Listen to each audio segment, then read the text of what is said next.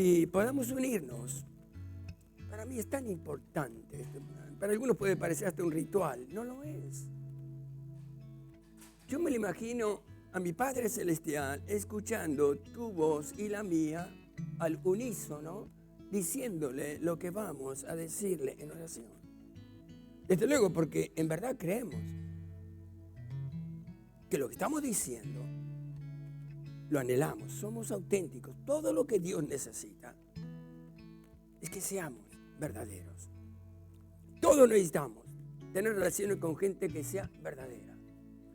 No creo que a nadie le interese tener gente alrededor que esté maquinando continuamente con sus engaños, mentiras, embustes.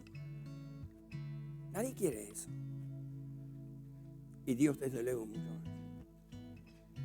Por esta razón, hermanos, damos gracias al Señor y vamos a unirnos en esta oración y te ruego en el Señor. Nos ponemos de pie así como un acto de reverencia, digamos, ahora para salir de la comodidad del asiento un minuto y repite conmigo: Padre, en el nombre de Jesús, te suplico, te ruego y te imploro que escuches nuestro ruego, nuestra oración, nuestra súplica, porque hemos venido a tu casa de oración por tu misericordia. Y no quiero, Señor, salir de este lugar sin saber, sin creer, sin vivir tu presencia a través de tu palabra. Perdona mis pecados, mis rebeldías, mi indiferencia, mi incredulidad. Pero una cosa, quiero rogarte todos los días de mi vida: no me abandones, Señor. Apelo a la cruz, al amor infinito que me muestras a través de Jesucristo, tu Hijo amado, el cual murió en la cruz del Calvario por mis pecados y los pecados del mundo entero. Abre mi entendimiento, libera mi mente, quita todo estorbo que pueda haber en mí para que reciba la palabra. En el nombre de Jesús, amén y amén. Tomen asiento, amados. Les saludo en la paz de nuestro Señor Jesucristo nuevamente.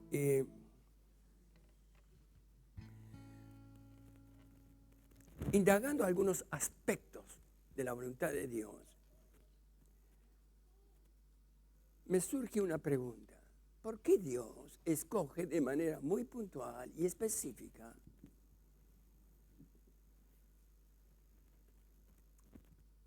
a los pobres, a los insignificantes? Quiero llevarlos, amados, a la palabra del Señor que tenemos en Deuteronomio. Vamos a ir con las Escrituras a ver este tema. Porque de alguna manera aquí Dios exhibe a quienes escoge, y obviamente al decir que escoge a uno, desecha a otros. ¿Cuál es la característica central que Dios ve en un alma, la cual escoge? En el capítulo 7 de Deuteronomio, en el verso 6, encontramos por qué Dios escoge al pueblo de Israel como su pueblo. Y lo dice tan claramente. En ese momento era un grupo de personas que habían salido de estar por largos 400 años en esclavitud en Egipto, viviendo las costumbres, hábitos, formas de vida de ellos. Y Dios escoge a ese grupo de gente. Y le va a decir en el verso 6 de este capítulo 7, donde dice un pueblo santo para Jehová. Y Dios le habla a ese grupo de personas que Él escoge. Y dice, porque tú eres pueblo santo, ¿para quién? Para Jehová. Repite, pueblo santo para Jehová. Jehová tu Dios te ha escogido ¿para qué? Para hacerle un pueblo especial, más que todos los pueblos que están sobre la tierra. Así que quiero que entiendan bien por qué los escojo. De toda la humanidad los escojo a ustedes para que me sean algo especial, me pertenezcan y sepan que yo soy vuestro Dios. Día y noche estaré con ustedes, pero luego hace una aclaración. En el verso 7 dice, no por ser vosotros más que todos los pueblos, os ha querido Jehová y os ha escogido. No es por eso, no son importantes, todo lo contrario. Porque ustedes eran, ¿qué dice luego? El más insignificante de todos los pueblos. Amén, hermanos. Así que Dios escoge lo que es insignificante. Y la pregunta sería, ¿qué es ser insignificante? Bueno, vamos a ir rastreando la palabra, vamos a ver que el Señor enfatiza esto. Insignificante obviamente es que es alguien que no cree tener ni siquiera capacidades para valorarse a sí misma. Es alguien que no cree tener ninguna virtud, ninguna gracia, nada que le haga sentirse mínimamente importante a los ojos de los demás. Así de simple. Y algunos dirían, bueno, tienen tan baja estima, que no se atreve a pensar ante nadie que tiene algo que sea realmente importante, atractivo a los ojos de los demás. No tiene. Es tan pobre que ni siquiera tiene el deseo, el estímulo de salir de ese estado. Vayamos ahora a la palabra que está en Corintios para seguir con este pensamiento y avanzar poco a poco. Quiero que antes de seguir alguien se pregunte, ¿me considero realmente insignificante?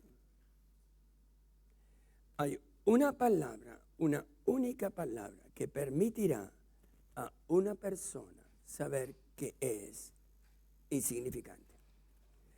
Insignificante en el sentido, vuelvo a repetir, en valorarse a sí mismo de ninguna manera. En creer que por alguna gracia, virtud o lo que querramos decir, es algo medianamente importante para sí mismo y para los demás. No. Para llegar a tener esta convicción, no porque Dios lo dice, sino porque realmente lo seamos, es que tenemos que estar. ¿Cuál sería la palabra? ¿Cuál es la única forma en que tú puedes entender esto? Estar, ¿qué? Es decirle humillado, ¿correcto? Pero esa humildad no es una humildad natural, carnal. Esta humildad es algo que el propio Espíritu Santo de Dios que está en nosotros despierta una visión de Dios sobre mi propia vida, de quién soy delante de sus ojos. Y cuando vamos al libro de Corintios, 1 Corintios, allí vemos cómo el apóstol Pablo inicia su ministerio y está predicando la palabra de Dios. Pero a medida que va predicando la palabra de Dios, está teniendo clarísimo, a quiénes está predicando. Y a quiénes Dios quiere que él predique. Observen ustedes.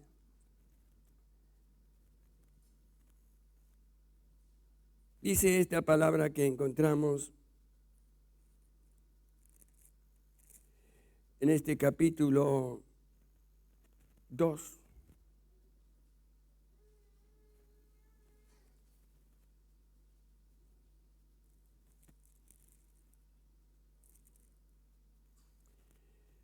Dice la palabra: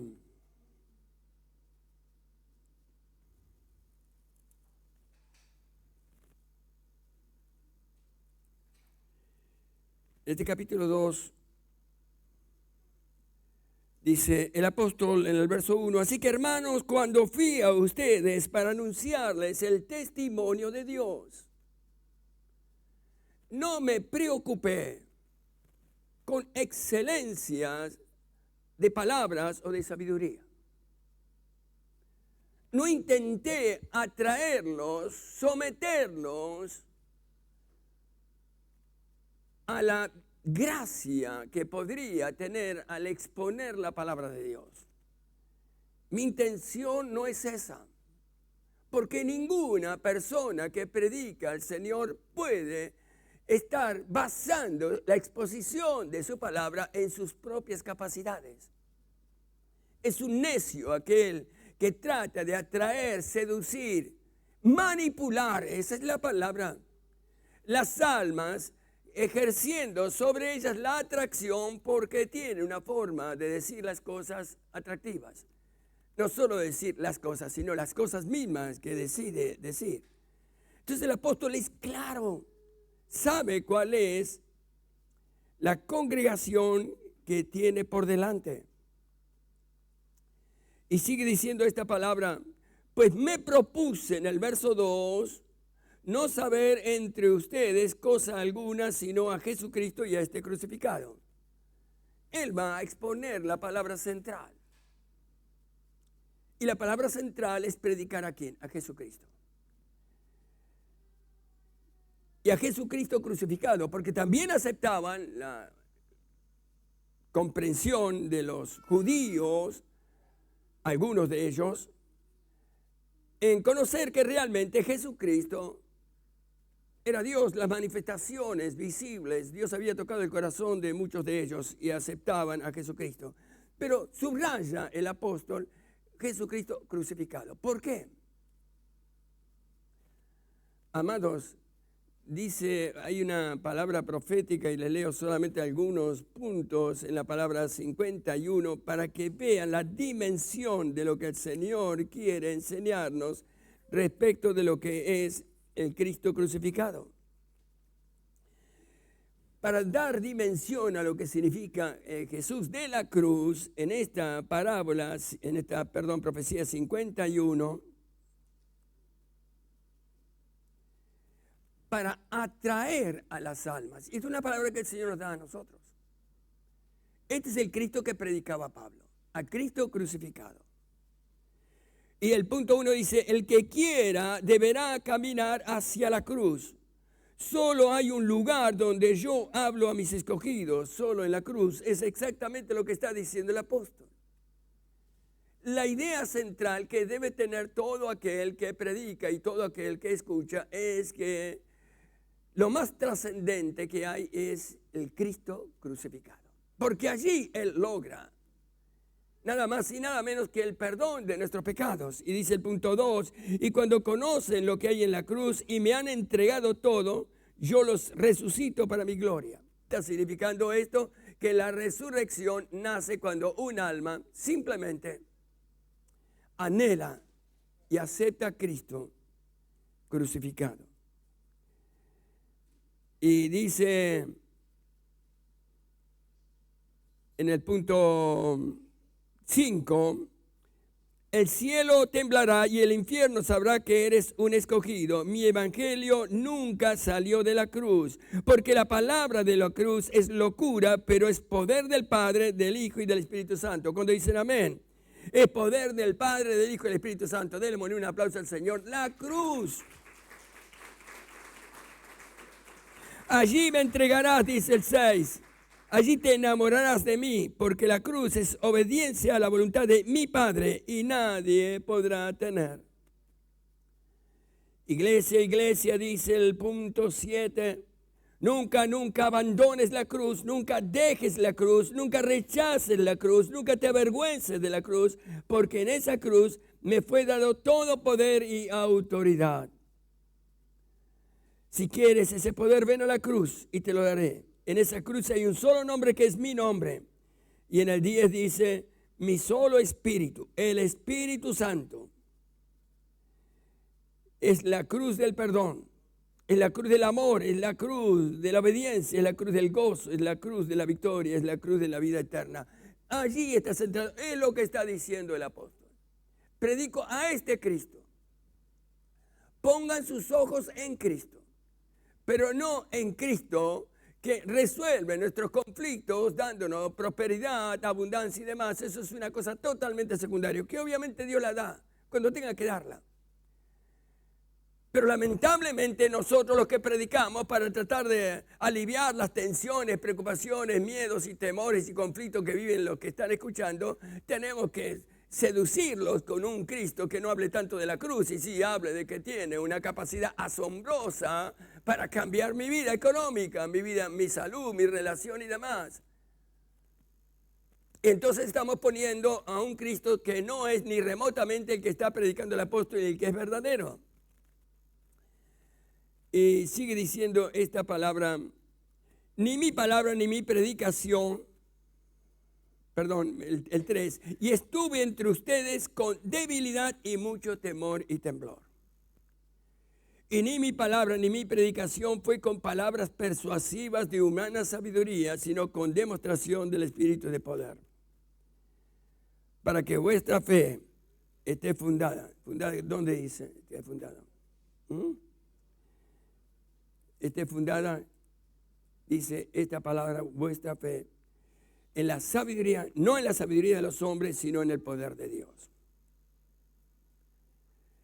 No en la sabiduría de los hombres, no, pero sí en el poder de Dios.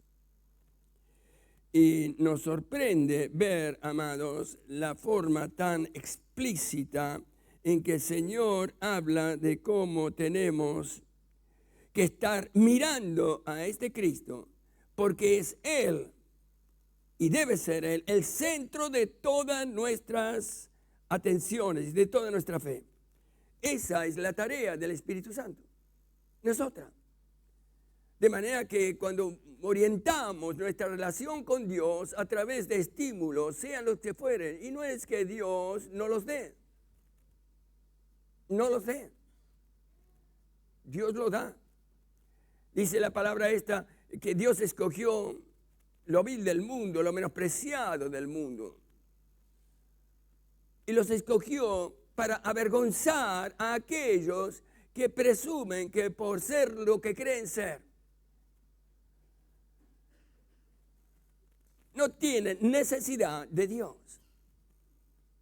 No tienen necesidad de humillarse y aceptar lisa y llanamente que el único que despierta la verdadera dimensión de vida se llama Jesucristo.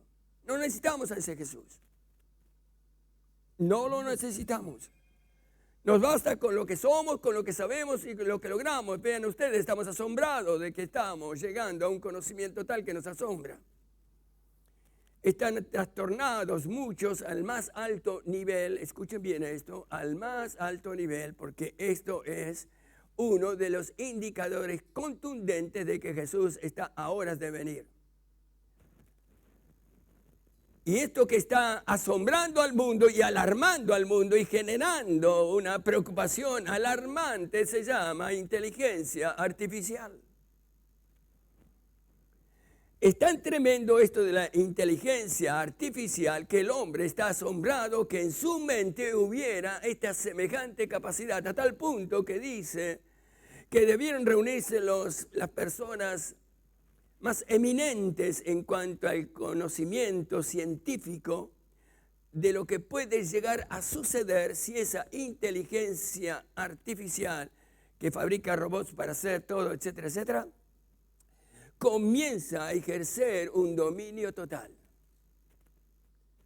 Nosotros no tenemos una inteligencia artificial, tenemos la inteligencia de Cristo porque tenemos la mente de Cristo y no hay ninguna inteligencia que pueda superar a Cristo. Denle un aplauso al Señor. Te hablo de esto. Te hablo de esto, hermanos, para que tengamos presente, lo vas a ver. Así como lo estamos viendo, el poder que tienen los celulares. Jamás creímos que hubiera un elemento que nos atrapara de tal manera como evidentemente lo es, por la razón que fuere.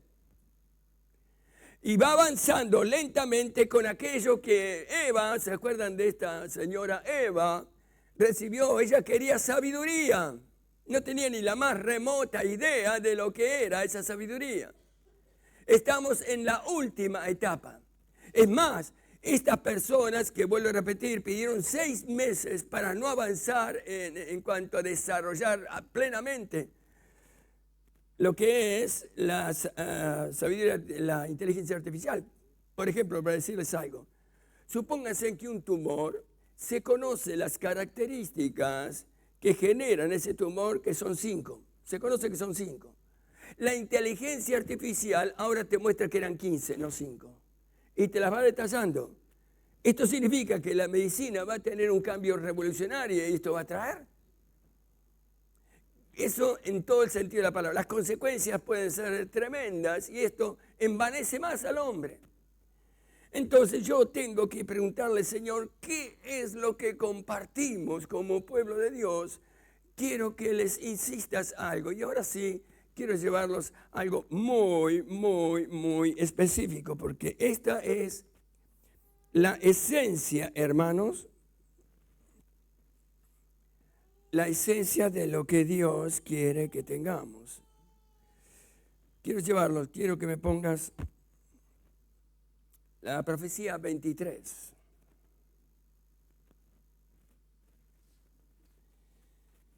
Parece ser que Dios, no cabe la menor duda, cuando Dios tiene una palabra, amados, yo que estoy siendo en este momento el vocero de esta palabra, debo tener una convicción total que es de Dios. No puedo atreverme a decir que esto es de Dios, a menos que haya visto que esta palabra tiene el 100% del respaldo de las Escrituras. Esta es la palabra. Pero Dios sabe que necesitamos que nos abra un poco la croqueta, como digamos.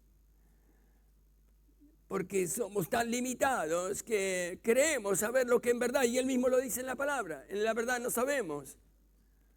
Pero Dios tiene tanta misericordia que cuando le preguntamos y le pedimos que tenga misericordia para no equivocarnos, no olvides este principio, pedirle a Dios para no equivocarse. Dile que está al lado, tenemos que pedirle a Dios para no equivocarnos. Observen ustedes lo que trae como consecuencia de pedirle a Dios. En esta palabra 23 dice el punto 1, martilla con la palabra ¿hasta qué? ¿Qué idea nos da? Fíjese usted lo que dice Dios. Martillar. Martilla, martilla, martilla, martilla. ¿Hasta qué? ¿Qué tiene que partir?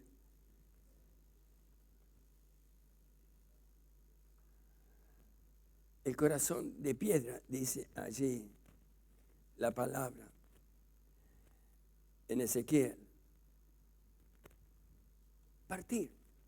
Partir significa que la palabra que el Espíritu Santo va a tratar contigo esta semana, va a tratar de hacer que la veas de una manera bien gráfica. Sigue diciendo esta palabra. ¿Desde cuándo otro lenguaje y no mi palabra? Y no mi palabra. ¿Desde cuándo se predica un evangelio que no es el que yo he dejado?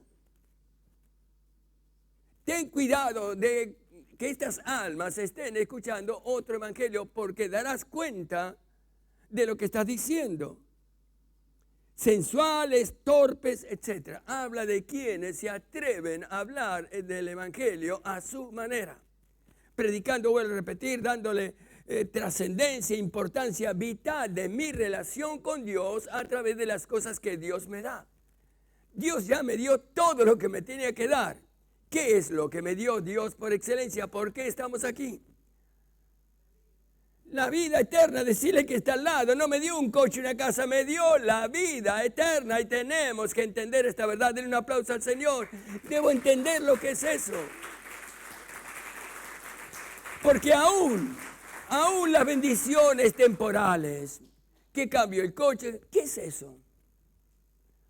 ¿Sabes qué sucede con todas las bendiciones temporales? Que una vez que las disfrutaste ya te cansan enseguida y ya estás buscando otra más. Porque somos insaciables. Ese es el pecado que hay en nosotros. Insaciable de querer siempre, siempre, siempre tener y tener y tener. Pero acá el Señor dice que les predique hasta que parta. Así que, hermanos, yo me protejo con esta palabra, en principio, que por otra parte es lo que dice el apóstol. No vine a hablarles con palabras persuasivas de humana sabiduría, vine a explicarles el evangelio glorioso de Jesús. Quiero exhibirles a Jesús, al verdadero, al que está en la cruz, pero que resucitó y está a la diestra del Padre. Dice el punto 3 de esta palabra. Velar es mirar mi palabra. Velar es contemplar la vida. Velar es estar atento. Así que en esta semana, si queremos saber por qué el Señor nos inquieta, dice, velar es mirar mi palabra, leer la palabra, retener la palabra. Contemplar la vida. Mira tu vida. Mírala. Dios te va a dar su visión de tu vida. ¿Y qué cosas quiere corregir? ¿Qué cosas quiere cambiar? ¿Qué cosas necesitamos? Tenemos que salir de la rutina que conforma nuestra propia manera de pensar y no salimos de allí. No. Dios tiene cosas para mostrarnos, atraernos y asombrarnos. Velar. Velar es contemplar la vida, velar es estar atento. Hay una advertencia aquí en el punto 3. Dice, los perezosos jamás velan. Los presuntuosos jamás velan. Y los sensuales tampoco. Fíjense ustedes, 3 clases de personas. Y habla de los perezosos, lo que, bueno, si Dios me ama, Dios va a hacer lo que tiene que hacer. No tengo que hacer ningún esfuerzo ni nada, una actitud de indiferencia total. No, nada de eso, todo lo contrario. El Señor habla de que tenemos que velar y orar cuando... En todo tiempo, ¿qué está diciendo? Que cuidemos esta salvación tan grande que Dios nos ha dado. Que cuidemos la comunión con el Espíritu Santo de Dios, que es el que está alentándonos continuamente y el que te trajo esta mañana. Así que merece que le demos un aplauso por lo menos, porque por Él estamos aquí. Así que me dice que los perezosos no sirven, los presuntuosos. Presuntuosos son en la iglesia, no acá. Descarto que acá. Pero evidentemente en la iglesia de Corintios y en otras iglesias, según la palabra, habían algunos que presumían saber. Presuntuoso es que cree saber lo que no sabe. Cree que todo lo que sabe es lo correcto. Y en consecuencia no permite que el Señor le muestre claramente qué es correcto o no correcto. Así que ellos no velan, yo ya sé lo que tengo que hacer, ya escuché el mensaje, ya acepté al Señor, ya estoy listo, está todo terminado conmigo. Me estoy preparando para la vida eterna, mientras voy a tratar de vivir acá lo mejor que puedo. Los sensuales, estos son los que están a la expectativa de ver cuánto placer pueden disfrutar en esta vida. Viven tan obsesionados con el placer en cualquiera de sus formas, que no pueden dar a su alma un minuto de tiempo para que Dios les haga ver que están equivocados. Están atrapados, dominados y sometidos por el deseo de disfrutar de cuanto placer puedan tener delante. El único objetivo en esta vida es eso. Y algunos que no lo tienen viven amargados. ¿Amargados por qué? Porque no tengo lo que quisiera tener. Hermanos, si hay algo en tu corazón o en el mío así, debemos tener cuidado. Para nosotros la única importancia y lo único que genera y produce verdadero gozo, alegría, es la salvación que Jesucristo nos ha dado. Tener a Cristo, el que tiene a Cristo, ¿qué tiene? El que tiene a Cristo, ¿qué tiene? El que lo cree, denle un aplauso. Si yo tengo a Cristo, tengo la vida, hermanos. No tengo otra cosa. Si tengo a Cristo, lo tengo todo. Y acá van las palabras centrales que quería enfatizar el Señor, evidentemente, ¿no?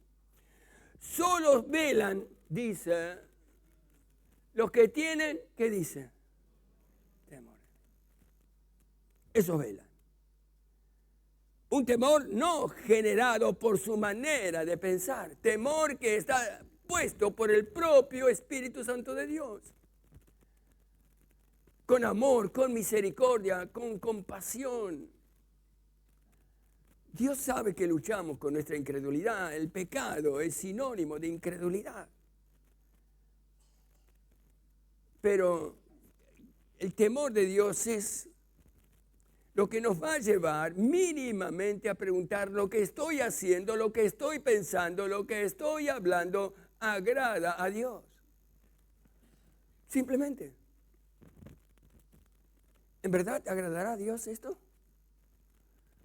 El temor es como una especie de pequeña alarma espiritual que el Señor pone en sus hijos, para que envueltos en este afán diario de nuestra vida, en la lucha por subsistir, las necesidades que son reales y que nos absorben el tiempo y que nos generan preocupaciones y demás. Todo eso está bien, pero hay algo que el Espíritu Santo usa en los verdaderos como el gran recurso: temor de Dios. No hagas esto. No caigas en la tentación de dejarte dominar por la atracción de eso. Hay alguien aquí que está atrapado a través de la televisión con una especie de novela o algo así que está viendo. Le está encantando grandemente, sin tener la más remota idea que los demonios trabajan allí con un poder único para que mientras estamos allí excitados por lo que nos está mostrando, empezamos ahí. Voy a decirte algo.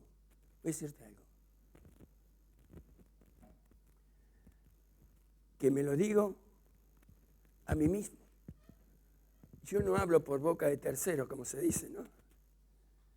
Yo sé lo que es estar atrapado con algo que estás viendo. De pronto es algo sano y en la mitad de la película o de lo que sea aparece algo y estamos como atrapados en lo que estamos viendo y no nos damos cuenta y estamos y se está entrando y cuando queremos acordar quedamos atados.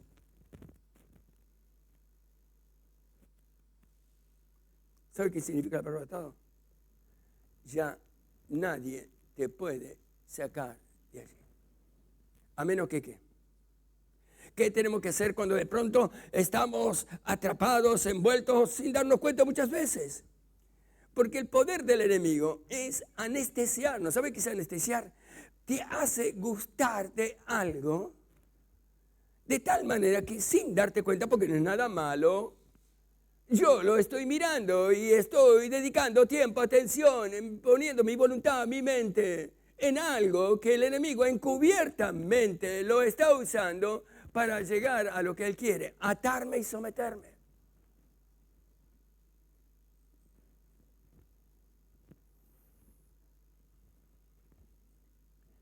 Cuando David cayó con Betsabé, creyó que simplemente era una experiencia sexual, nada más.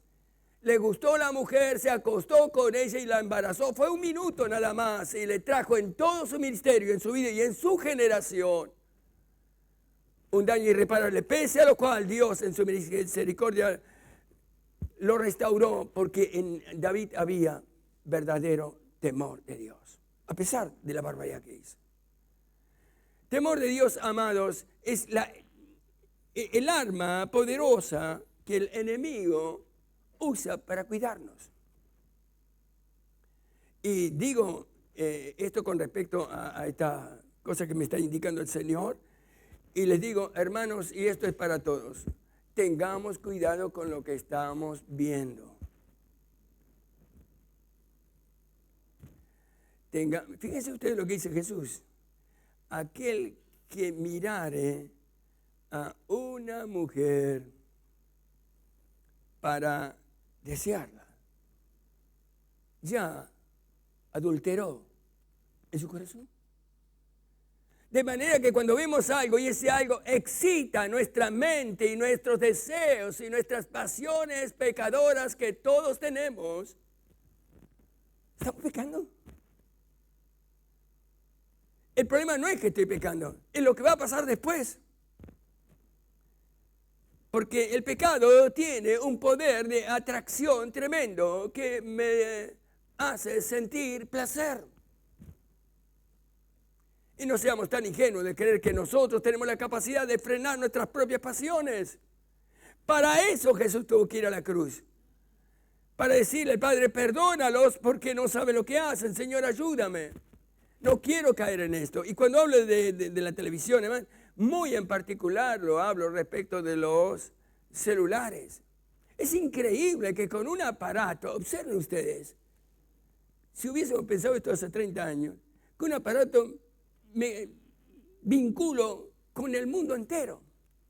China, Japón, cualquier lugar. con la clase de persona que quiero y genero relaciones a través de ese aparatito. Ingenuamente diciendo 2 o 3 cosas. Voy a averiguar esto y demás. Se estaba diciendo ahí en un estudio que se estaba haciendo en Europa y también en Estados Unidos, el poder que tiene la pedofilia, que es la atracción morbosa, pervertida que tienen personas sobre los niños. Y es tan tremendo esa fuerza que no cesan de usar todos los métodos. Disney, ese dibujito que tienen, es lo más pervertido que puede haber en el planeta Tierra. Encubriendo el verdadero fin que tiene, que es satánico por excelencia. Te pone dibujitos de una manera, de otra y demás. Pervertidos, están haciendo incluso investigaciones, sacaron a luz, los denunciaron, hicieron una película. Es un mundo tremendo, hermano. No quiero complicarles la mañana, ni mucho menos. Simplemente le estoy diciendo, ¿por qué tenemos que estar en la cruz? ¿La cruz qué significa? Sujeción total ¿a quién? Al Señor. Señor, si veo que esto me está trayendo, Señor, no permitas que me sienta arrastrado. No permitas. Y esto, amados, es para todos sin excepción.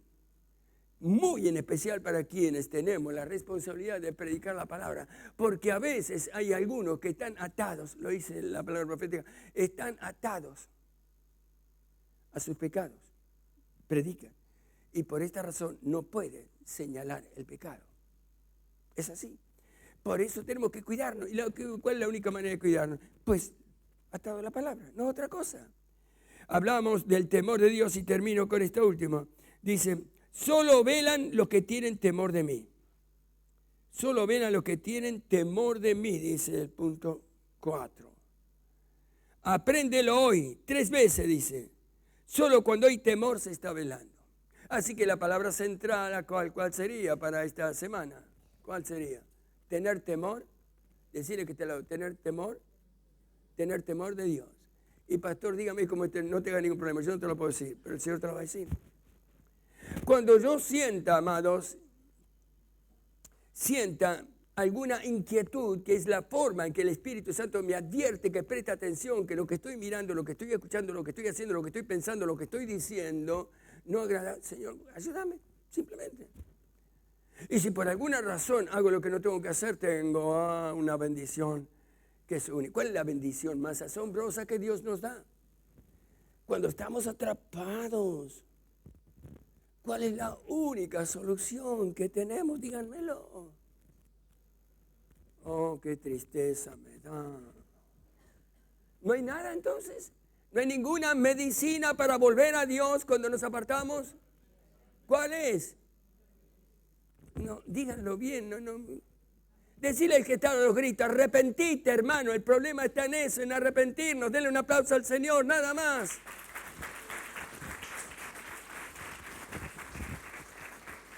Y la pregunta que alguien que tenía un gran interrogante, pero pastor, me la paso arrepintiendo de enero a diciembre. No, te vas a vivir arrepintiéndote hasta el último minuto de tu vida. ¿Por qué? Porque lamentablemente, nos guste o no tenemos una santidad tan intachable que no podamos pecar. No pecamos porque queremos. Pecamos, como dice el apóstol, dijo claramente, el bien que quiero hacer. Eso no lo puedo hacer. Lo quiero hacer, pero no puedo. Y descubrí que esa fuerza dominante que había en mí para controlar, gobernar mi voluntad, se llama pecado. Ahora tengo paz. Por eso habla del gran poder maravilloso de nuestro Señor Jesucristo. Amados, que el Señor en su misericordia nos ayude. La palabra entonces que tenemos que tener presente es temor de Dios. Y en todo lo que hagas, aplica este principio. Alguien le dio a muchos, obviamente que lo aplicaron profundamente porque querían salir de muchas cosas, era continuamente decirse, esto que estoy haciendo, ¿está bien, Señor? Nada más. Mira qué simple. ¿A dónde voy? ¿Es apropiado? ¿Las relaciones que estoy tratando son apropiadas? Amén, hermanos. Bien, vamos a orar y a pedirle a Dios que nos ayude. Repitan conmigo, Padre, en el nombre de Jesús. Escuché tu palabra. Te pido que me ayudes a entenderla, a creerla y sobre todo a ponerla en práctica. Perdóname, oh Dios, pero yo sé, y eso me da mucho aliento, me da mucho ánimo, que me amas y que siempre me ayudarás, como lo has hecho hasta ahora, a cuidarme del pecado y de las tentaciones. Recordamos tu palabra que nos dice: velad y orad en todo tiempo para no caer en tentación. Y que en estos 7 días, Padre amado, tu Santo Espíritu nos enseñe a vivir como a ti te agrada. Declaramos el señorío de Cristo. Declaramos la bendición sobre nuestra vida. Retornamos a una comunión plena contigo, Señor. Y te pedimos, oh Dios, que nos enseñe lo que es tener temor de Dios. En el nombre de Jesús. Amén.